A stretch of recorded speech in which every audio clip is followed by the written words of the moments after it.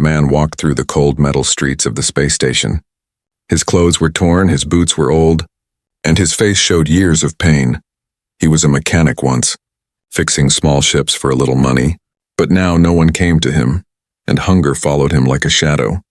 Every day he searched for food among trash piles. Every night he slept under broken lights, hearing the sounds of drunk traders and violent guards. The galaxy was cruel to the weak, and humans were often the weakest. He had no family, no friends, no home, only the heavy silence of survival. But somewhere deep inside, he still carried a spark, a memory of better days. When he used to dream of being a hero, that dream had died slowly, eaten by poverty and failure, until he became only a man who walked without hope. One night, as he wandered the lower levels of the station, he heard a sound. It was faint, like a child's cry, echoing through the empty corridors. At first he ignored it, thinking it was only the wind, but then the cry came again, soft, broken, filled with pain. He followed the sound step by step, his heart beat faster, not from fear, but from something else, curiosity, maybe even pity. He reached a dark corner where the light was weak, and there he saw her, a small alien girl chained to the wall. Her skin glowed faintly like silver under moonlight. Her eyes were large, filled with fear and tears. She was breathing hard, as if every breath was a battle. The man froze. He had seen slaves before, sold and traded like objects, but this was different. She looked too young, too weak, too broken to survive another day. The chain around her wrists cut into her skin. Her thin arms trembled, and her voice shook as she whispered, "Please, help me." The man felt a storm inside his chest. He knew the law. Humans were forbidden to touch alien slaves. Helping her meant death, punishment beyond mercy. But he could not look away. He stepped closer. The girl flinched, as if she expected another strike. But he only kneeled, his voice low and gentle. "Who did this to you?" She did not answer, only pointed weakly to the empty hall. Perhaps the slavers had gone to find buyers.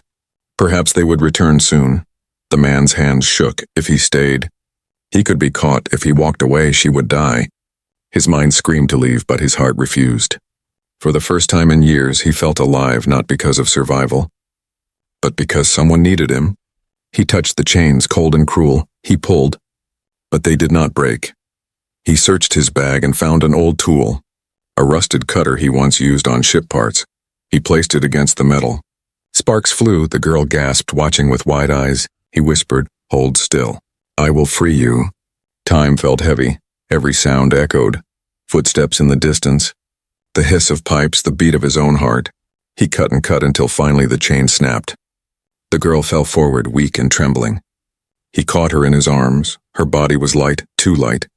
As if she had not eaten for days, her skin was cold, her breathing uneven. She looked at him with a mixture of hope and fear. Her lips moved. "Why? Why are you helping me?" The man did not know the answer. Maybe it was pity. Maybe it was rebellion, or maybe, after all these years, he wanted to believe he was still human. But he had no time for answers. Voices echoed down the corridor, rough and angry. The slavers were coming back. His chest tightened. If they found him, it was over. He lifted the girl into his arms. Her chains rattled softly, pieces still clinging to her wrists. Her head rested weakly against his shoulder. For a moment she looked at peace. The man's eyes burned with fire. He had nothing, no future, no hope. But now he had something to protect, and for that he was ready to risk everything. He turned toward the shadows, moving quickly. The girl clung to him, whispering something he could not understand. Behind them the voices grew louder. The chase had not yet begun, but he knew it would. As he disappeared into the dark tunnels of the station, one thought repeated in his mind. He had broken the greatest law of the galaxy, and now both their lives hung by a thread. But still, for the first time in years, he felt like a man again, not just a survivor, but someone who dared to fight against the merciless world. And in that moment, the story of the struggling human truly began. The man's heart pounded as he carried the alien girl through the dark corridors. The space station was a maze of pipes, rust and shadows. Every corner seemed alive with danger. Every step felt like a risk. The girl was weak in his arms, her breathing sharp and painful. She coughed, her body trembling, and the sound echoed too loudly in the silence. The man pressed her closer to his chest, whispering, "Quiet, please. They will hear us." Her wide silver eyes looked at him with trust. Though she barely knew his face, that look cut deep into his heart. Because no one had looked at him with trust in years. Behind them, the voices grew louder. Rough shouts, heavy boots, the metallic clank of weapons. The slavers had returned and found their chain broken. They knew someone had dared to interfere.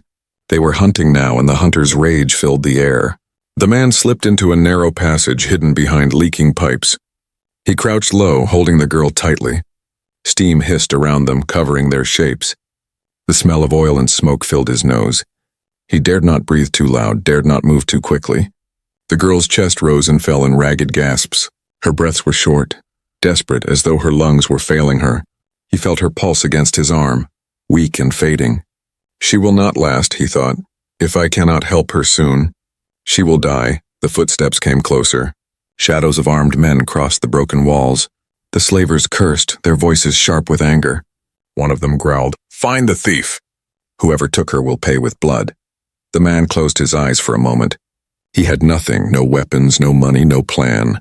But he had her life in his arms, and he could not let it end here. His hands trembled, but his will grew stronger. When the footsteps passed, he moved again. Through hidden paths only the poor and desperate knew. Tunnels that smelled of rot. Ladders that shook with every step, he pushed forward. Even as the weight of her body slowed him finally, he reached the forgotten maintenance sector of the station, an area long abandoned, filled with broken machines and flickering lights. He placed her gently on the ground. Her skin glowed faintly in the dim light. Her lips pale, her eyes half closed. "Stay with me," he whispered. Kneeling beside her, her small hand twitched, as if she was fighting to respond. But then she coughed again. Harder, blood staining her lips. The man froze in shock. Her lungs were collapsing. His mind raced. He remembered the scraps of metal he carried, the old tools in his bag. He had once built machines to keep ships alive. Now he wondered, could he build something to keep her alive? He opened his bag, pulling out wires, tubes, and a broken air filter.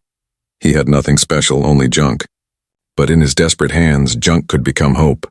He worked quickly, bending wires, cutting pipes, shaping pieces into something new. The girl watched him with half-closed eyes. Her breathing shallow, her voice no more than a whisper. "Why? Are you helping me?" she asked again. The man paused. Sweat dripping from his face, he did not know the answer. Not fully. But he said softly, "Because no one helped me when I needed it." Her silver eyes glistened with tears. Then they closed as she drifted toward unconsciousness. The man worked faster. He shaped a crude device, a set of artificial lungs powered by a small pump. It was ugly, fragile, and untested. But it was all he had. The slavers' voices returned, echoing in the distance, closer now, searching the abandoned sector. The man's heart raced, but his hands did not stop. He knew he had only minutes, maybe less if he failed. She would die. If he succeeded, they would both still be hunted. Finally, the device was ready. His hands shook as he placed it against her chest. He connected the tubes to her mouth. He prayed silently, into whom he did not know, "Breathe. Please, breathe." At first, nothing happened. Her body lay still, too still. The man's chest tightened in despair. But then a sound, a gasp, weak but real, her chest rose, air rushing into her again. Her eyes opened slowly, shining in the dim light. She took another breath, stronger this time. The man nearly cried with relief. The device worked, at least for now. But there was no time to celebrate. The slavers' shadows moved across the walls, their voices sharp and angry. One shouted, "This way! The scent is here!" The man lifted her again, her body lighter now as air filled her lungs. He whispered, "Hold on, little one, we are not safe yet." With the girl breathing again, with hope flickering inside him, he ran. Through the rusted doors, through the forgotten tunnels, every step carried him deeper into danger. Every breath she took reminded him why he could not stop. Behind them, the hunters closed in. Ahead of them, only darkness waited. But the man did not care anymore. He had made his choice, he had rescued her, and now he would face whatever came next. And so began the long chase through the merciless galaxy. One struggling human against a law that showed no mercy. One fragile girl chained by fate, breathing again because of him, and together, they were now fugitives in a universe that wanted them destroyed. The man stumbled into a small hidden chamber deep inside the old maintenance sector. Rusty machines stood like dead giants. Covered in dust and silence, no one came here anymore, which made it the only safe place. He lowered the alien girl gently onto the floor, her body trembling with every breath. Her chest rose and fell in short gasps. Even with the crude device he had made, her lungs struggled, the pump hissed weakly. Fighting to give her air, it was working. But only for a little while. The girl's eyes opened halfway, her silver pupils glowing faintly. Her lips moved, but no sound came. The man leaned closer and whispered, "Save your strength." Her hand reached out, gripping his sleeve with surprising force. Her eyes begged him for life, even if her voice could not. The man felt the weight of her trust pressing into his heart. He had never been trusted before, not truly. But now her fragile life was placed entirely in his hands. And he knew he could not fail. He searched the room, scavenging through broken machines, old air tanks, discarded tools, twisted wires, all useless junk to most, but to him they were treasures. He had spent years fixing scraps, keeping dead ships alive for one more flight. Now he would use those same skills to build something far more important. He set his bag down and pulled out his tools. The cutter, the spanner, the small torch, all worn, all tired, just like him. He placed them on the floor and began to work. Every movement careful, every mistake costly. The girl coughed again, a sharp sound that echoed through the chamber. Her body shook violently and blood stained her lips once more. The man's hands froze, fear crawling up his spine. She is slipping away, he thought. I have no time. He tore open the broken machines. Ripping out pipes and filters, he shaped metal with fire, bent wires with his hands until his skin bled. The smell of smoke filled the air. Sparks burned holes in his sleeves, but he did not stop. Not even for a moment. His mind was racing. He remembered how ship filters recycled air. He remembered how breathing masks supported pilots in vacuum piece by piece, memory by memory. He built something new, not for a machine, but for a child who should never have been chained. The hours passed like minutes. Sweat dripped from his forehead. His muscles ached, but his eyes never left the pieces in his hands. He was building not just a device, but hope. Finally, he placed the parts together. A pair of artificial lungs, crude but powerful. Small pumps connected to flexible tubes, metal plates forming a chest-like shell. It was ugly, but it might keep her alive. The man looked at her fragile body, her skin pale, her breath slower now. If he waited any longer, she would not survive. He took the device in his shaking hands and whispered, "Forgive me if this hurts, little one, but you must live." He carefully fitted the device to her chest.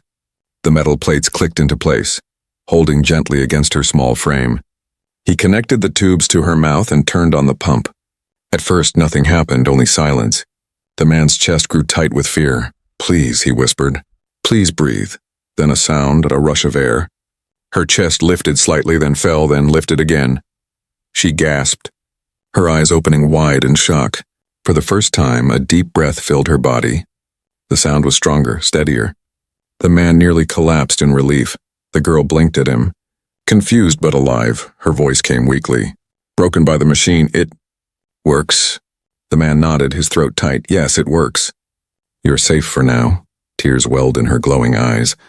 Not just from pain, but from something else, gratitude. She tried to speak again, but words failed her. Instead, she simply held his hand. Her touch was light, fragile, yet filled with trust. The man looked at the device on her chest. It was only temporary, only strong enough to last days, maybe weeks, but for the first time, she was breathing, and for the first time, he felt like he had done something that mattered. But peace was short-lived. The sound of distant boots echoed again. The slavers were still searching, their fury unbroken. The man knew it was only a matter of time before they found this place. He wiped his hands, stood, and looked around the chamber. This room would not protect them forever. But now the girl had air. Now she had a chance. And he swore silently that he would never let her chains return. The girl whispered faintly, her voice carried by the rhythm of the machine. "My name is Lyra." The man froze for a moment. It had been so long since he heard someone share their name with him. He smiled faintly, a smile he thought he had forgotten. "Lyra," he repeated softly. "I am Kale." For a moment the chamber felt less cold. For a moment he was not alone, and in that moment, a bond stronger than chains was born, but outside the galaxy was waiting. The law was clear.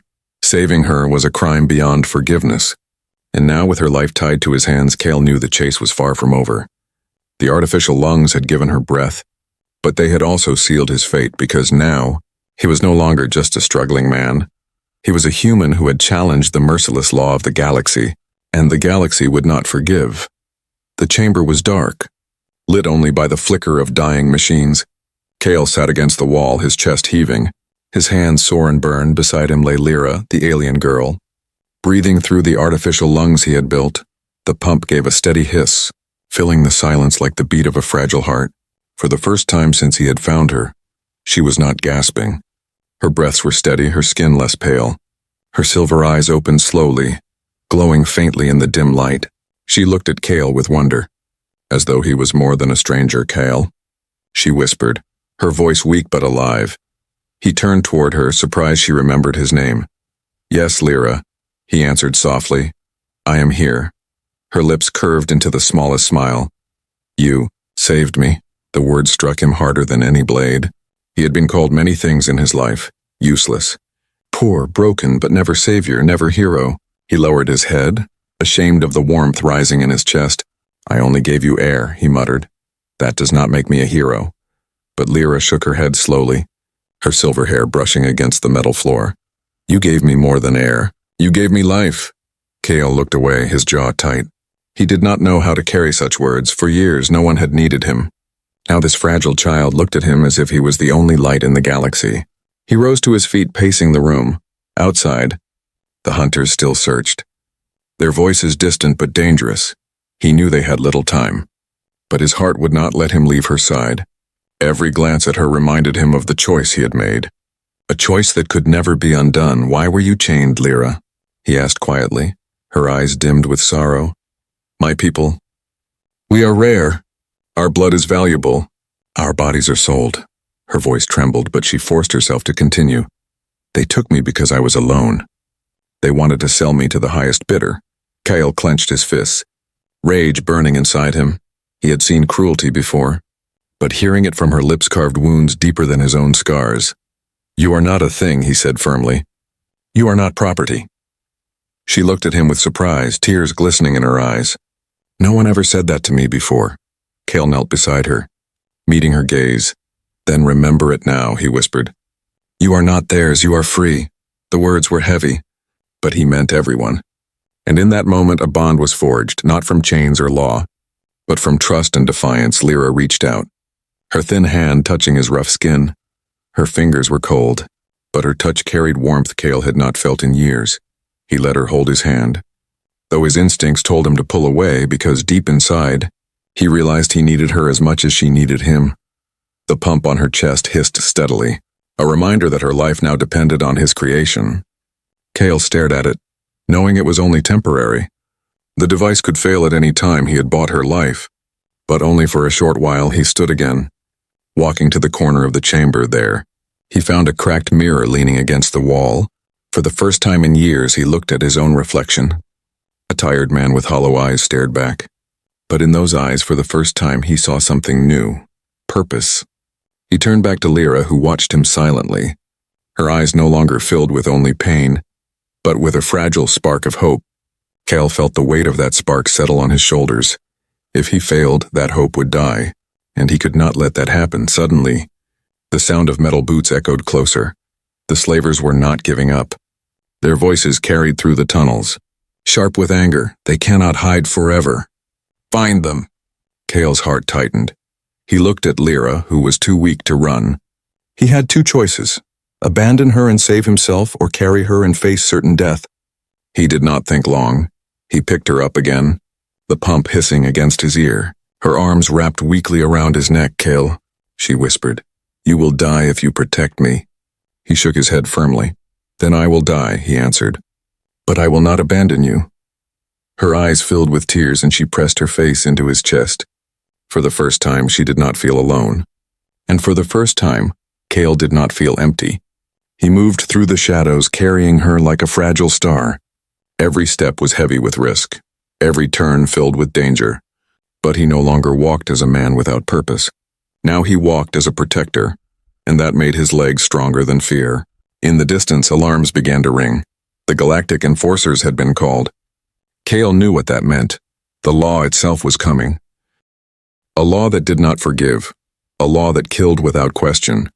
Yet even as the shadows of armored soldiers spread across the station, even as the voices of hunters grew louder, Cale's grip on Lyra only tightened because in his heart, a bond had formed stronger than any law.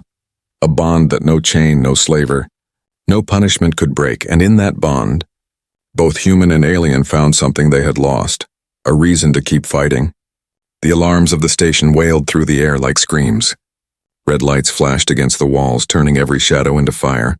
Cale held Lyra close as he ran through the narrow tunnels, his boots striking metal with desperate speed. Her artificial lungs hissed with each breath, keeping her alive, but reminding him of the danger every second. The slavers had failed to catch them. But now something far worse had been called. The Galactic enforcers. They were not simple hunters. They were not men who could be bribed or tricked. They were the iron hand of the galaxy. And their word was law. Cale knew the rules well. Every human on the outer colonies knew them. Humans were forbidden from interfering with alien property. Slaves were considered property under the code, and freeing one was the highest crime. The punishment was clear, simple and merciless, and death. He turned a corner, stopping for a moment in the dark. Lyra clung to him, her voice weak but steady. "They are coming, aren't they?" she whispered. Cale nodded, his face grim. "Yes, little one. They are coming." She looked at him with fear. "If they catch us, you will die." Cale's jaw tightened. "I already chose my death the moment I broke your chains," he said. "But I will not let them take you again." Her eyes glistened with tears. No one had ever chosen her life over their own. And yet here was a struggling human, a man who owned nothing, giving everything for her. Her small fingers gripped his sleeve, her voice trembling. "Why risk everything for me?" Cale's voice was rough but true. "Because I see myself in you, broken, unwanted, forgotten. And I will not let the galaxy crush you like it crushed me."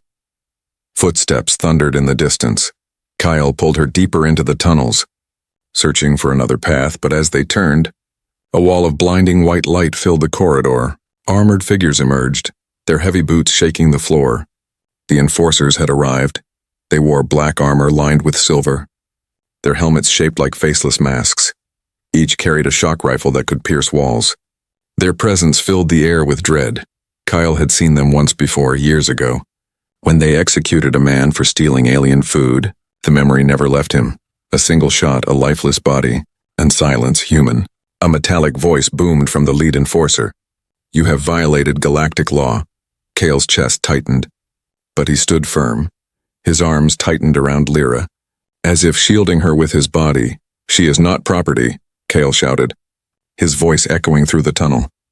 "She is a child. Chained and beaten. No law can make that right." The enforcers raised their rifles, their voices cold. "The law is not yours to question. Surrender the alien and we may grant you a quick death." Lyra trembled in his arms, whispering, "Please, Cale, run." But there was nowhere to run. Behind them came the sound of more soldiers. Sealing the exits, they were trapped, surrounded by the very hand of the galaxy. Cale's heart pounded. His mind screamed to fight, but his body knew the truth. He could not win against them. Still, he refused to kneel. "I will not give her to you," he growled, his voice low but unbroken. "If you want her, you will have to kill me first." The enforcers paused, perhaps surprised by his defiance. Few ever spoke back to them. Fewer still dared to resist. But Cale's eyes burned with a fire they could not ignore. He was only a human, weak and poor, yet he stood against the galaxy's iron law. Lyra pressed her head against his chest, whispering through tears, "They will kill you. I don't want you to die because of me." Cale's hand brushed her hair gently. "You gave me something I lost long ago," he said softly. "A reason to live. And even if this ends in death, it is better than living without purpose." The soldiers moved closer, their rifles aimed at Kyle's heart. The hiss of Lyra's artificial lungs echoed between them. Every second felt like eternity. The galaxy was ready to crush them. But Cale stood tall, broken yet unbowed. One soldier raised his weapon fully, the hum of power charging in the air. Cale closed his eyes for a moment, not in fear but in silent resolve. If this was the end, then he would face it as a man who chose to fight for something greater than himself. But before the shot was fired, Lyra's voice rang out, weak but sharp. "Stop!" she cried, her small frame shaking, her silver eyes glowing fiercely. The soldiers froze, their weapons lowering slightly. Kale looked at her in shock. Her voice carried strength he had never heard before. "I am not property," she declared. "I am Lyra of the Cerealian bloodline." The enforcers shifted uneasily, their heads turning to each other. Kale felt her grip on him tighten. Her next words were heavy, filled with meaning he could not yet understand. "If you kill him, if you harm me, you will bring war upon your galaxy." Silence filled the tunnel, broken only by the hiss of the pump. The soldiers hesitated, their orders clashing with fear of something greater. Kale's eyes widened. Lyra was not just a child. She was something more. Something dangerous to the galaxy itself. The law was merciless, but even the law bent before power. And now Kale realized Lyra carried a secret that could change everything. The enforcers hesitated at Lyra's words, their weapons still raised, but their movement slowed. Kale could feel the weight of their silence pressing down on him. Lyra's silver eyes glowed with hidden strength, though her body trembled in his arms. Her voice, weak but firm, had shaken even the merciless hand of the law. One soldier spoke, his metallic voice sharp. "Cerealian bloodline. If that is true, you should not be here, child." Another hissed. "She lies. She's only a slave." But none of them pulled the trigger. Not yet. Kyle used the moment. He turned and fled into another tunnel, his boots pounding against steel. Behind him, shouts erupted, orders echoing like thunder. "Do not let them escape. Capture the human alive if possible." The hunt had begun. The sound of rifles charging shook the air. The glow of white light beams cut through the shadows. Searching for them, Kale's lungs burned, but he did not slow. Every step carried him further into danger, but also further into freedom. Lyra clung to him, her artificial lungs hissing. Her voice broke through his fear. "They will never stop, Kale. They will hunt us across worlds." Kale gritted his teeth. "Then let them hunt. I will never give you back to them." The tunnels twisted and turned. Steam hissed from broken pipes, sparks fell from the ceiling. Kale knew these paths from years of living like a rat in the station's underbelly. But the enforcers were not ordinary hunters. They moved in perfect formation, every step sharp, every move precise, and their numbers grew with every moment. Kale darted into a cargo bay, slamming the door behind him. The chamber was filled with crates, old ships, and shadows. He set Lyra down gently against a crate, his chest rising and falling like a hammer. Her eyes searched his face, worried and afraid. "You cannot fight them all," she whispered. Kyle smiled bitterly. "Maybe not, but I can fight long enough." He picked up a rusted pipe from the ground. It was nothing compared to their rifles, but it was all he had. He turned to Lyra again, his voice low but steady. "Stay hidden. No matter what happens, do not give up." The door burst open. Armored enforcers stormed inside, their rifles glowing with deadly light. Kyle charged forward, swinging the pipe with desperate fury. The first strike knocked one soldier's weapon aside, sparks flying. The second blow crashed against another's helmet, forcing him back, but Kale was only a man. The soldiers were many, and their armor was strong. A rifle's blast grazed his shoulder. Burning flesh, he stumbled but did not fall. Pain filled his body, but rage fueled his heart behind the crates. Lyra pressed her hand against her chest. Her artificial lungs hissed as she struggled to breathe. Her eyes glowed brighter, as though some hidden power stirred within her. She wanted to scream, to fight, but her body was too weak. She could only watch as Kale fought alone. The enforcers surrounded him, their rifles aimed. One shouted, "Surrender, human! You cannot win!" Kale spat blood and raised the pipe again. "Then I will die standing," he growled. A sudden blast shook the bay. The ceiling cracked, sending debris raining down. Kyle shielded Lyra with his body as metal crashed around them. Smoke filled the chamber, blinding both hunter and hunted. Kale grabbed Lyra once more, seizing the chance to escape. He stumbled through a side hatch, coughing against the smoke. Behind them, shouts filled the chamber. "They are escaping! After them!" The chase continued through tunnels, across broken bridges into the dark guts of the station. Kyle's legs screamed with exhaustion, but he did not stop. Every breath Lyra took was a reason to keep going. Every hiss of the pump was a reminder of why he could not fall. Finally, they burst into the docking bay. Rows of ships stretched before them, most locked, some broken. Kale's eyes scanned desperately for one he could use. There, a small cargo shuttle, old and rusty, but still alive. He carried Lyra aboard and dropped into the pilot's chair. His hands shook as he tried to bring the engines online. The hum of power filled the shuttle. But outside, the enforcers were closing in. Their boots thundered across the bay, their rifles aimed at the ship. Cale's heart hammered. Come on, come on. He muttered, hitting the controls. The engines roared, shaking the ship. Lyra's weak voice rose behind him. Cale, if they catch us, they will not just kill you, they will destroy anyone who helps you. He turned to her, his eyes fierce. Then I will give them no one else to blame. Only me. The shuttle lifted slowly, sparks bursting from its old engines. The enforcers opened fire, beams of light cutting through the air. The ship shuddered under the blasts, alarms screaming. But Cale pulled the controls with all his strength. The shuttle tore free from the ground, rising into the void as the stars opened before them. Cale looked at Lyra. She lay weak but alive, her silver eyes watching him with trust. He exhaled slowly, pain burning his shoulder, sweat pouring from his face, for now they had escaped. But in his heart he knew the truth. This was not the end of the hunt. The enforcers would follow them, across worlds, across stars. They would never stop until either Cale was dead or Lyra was returned. Yet as the shuttle vanished into the endless night, Cale's grip on the controls did not falter. For the first time in years, he was not running from life. He was running with purpose, and no law, no army, no merciless galaxy could take that away. The hunt had only begun, but so had their fight for freedom. The stars stretched endlessly outside the shuttle's cracked window. Cale's hands gripped the controls tightly, guiding the old ship through the void. Every alarm screamed, warning of engine failure, of low power, of doom. But Cale did not listen. His eyes fixed on the stars ahead. Lyra lay on the floor, her small body trembling with exhaustion. The artificial lungs hissed steadily, each breath fragile but alive. She opened her glowing silver eyes and whispered, "They will not stop, Cale. The galaxy will never forgive what you did." Kyle looked at her, his jaw set, his voice quiet but firm. "Then let them come. I would rather die free than live as their slave." But death was already closing in. In the darkness behind them, ships appeared, sharp and merciless. The enforcers had followed, faster and stronger. Their voices crackled over the comms, cold and metallic. "Human Cale, you are guilty of violating galactic law. Surrender now or face execution." Cale's chest tightened. His shuttle was weak, his weapons nothing.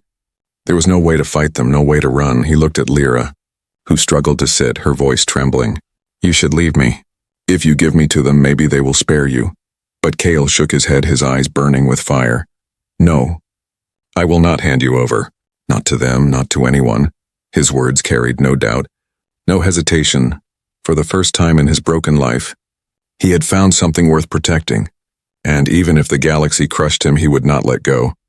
The enforcer ships surrounded the shuttle. Blinding spotlights cut through the dark, locking them in place. A deep voice echoed through the comms. "Cale of Earth, you are sentenced to death for defying the law of the galaxy." Lyra gasped, her small hands gripping Kyle's arm. "No, please not him," she cried. The enforcer's voice remained cold. "The punishment is merciless. No human may break the law and live." Cale's heart pounded, but he felt strangely calm.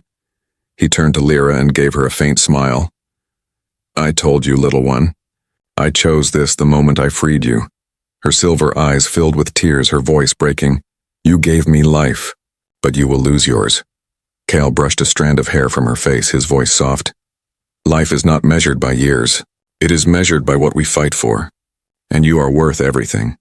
The enforcers prepared their weapons, their ships humming with deadly power. Kyle closed his eyes, ready to face the end. But before the final strike came, Lyra pushed herself to her feet, her voice rose, carried by the hiss of her artificial lungs. "Stop! I command you!" The enforcers froze, their rifles lowering slightly. Her silver eyes blazed with light, brighter than Cale had ever seen.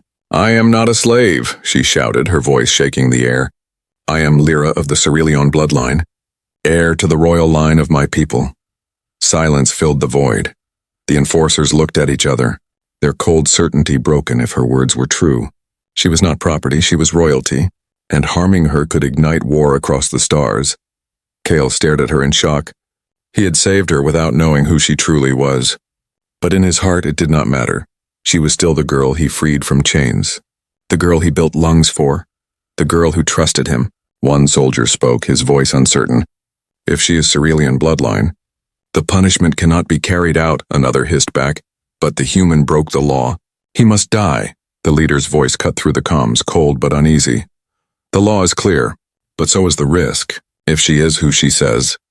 Killing him may bring war we cannot afford. Lyra stepped closer to the window, her fragile body trembling, but her voice firm. If you harm him, I will call upon my people, and they will bring fire to your worlds. Her eyes burned like stars, her words sharp with royal blood. The enforcers lowered their weapons fully. The silence of fear heavy around them, Kyle exhaled slowly, his hands trembling on the controls. For a moment he had been ready to die. For a moment the galaxy had almost crushed him, but now, standing beside Lyra, he realized something powerful. He had not only saved her life, he had changed hers, and perhaps the fate of the galaxy itself. The enforcers pulled back, their ships vanishing into the dark. The punishment was not forgotten. The law still called for his death, but now fear of Lyra's name held their hands. Kale turned to her, his voice quiet. You saved me. Lyra shook her head, her tears glistening. No, Kale. You saved me first, and you gave me the strength to save you now. They sat together in the broken shuttle. The stars wide before them, the law was still out there. Merciless and unforgiving, the galaxy would still hunt them. But in that fragile silence, they had each other. And that bond was stronger than chains, stronger than fear, stronger than death. Kale reached out, placing his hand over hers. For years he had lived as a man with nothing. Now he had something worth everything. And though the galaxy called him criminal, to one alien girl with silver eyes he was a hero, and that was enough.